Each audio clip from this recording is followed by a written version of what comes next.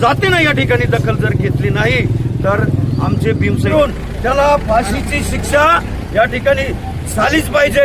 आम्हाला त्या ठिकाणी मजबूर करू नका। परभणीपर्यंत जाण्याचा आणि आक्रोश करण्याचा आज या निदर्शनाच्या माध्यमातून मी या ठिकाणी इशारा देतो। जर त्याला फाशीची शिक्षा झाली नाही तर आम्ही परभणीच्या त्या मैदानामध्ये आम्ही हे सगळे भीमसैनिक घेऊन त्या ठिकाणी उतरणार आहोत। जय भीम। जय भीम। खरं तर भाविक झालेले आहे सर्व, कारण हा संविधान केवळ बुद्धापुरताच नाहीये, बुद्धिस्ट लोकांपुरतं नाहीये, हा भारतीय नागरिकांसाठी। तर आपण जाऊन घेऊया तानाजी बनसोडे आणि अजित जाधव यांच्याकडे, त्यांची प्रतिक्रिया काय आपण थेट त्यांची चर्चा करू। विश्वरत्न परमपूज्य डॉक्टर बाबासाहेब आंबेडकर, विश्वराजे छत्रपती शिवाजी महाराज, माता जिजाऊ, माता अहिल्याबाई होळकर, माता रमाई या महान पुरुषाला प्रथम अभिवादन करतो। मित्रो, 10 तारखेला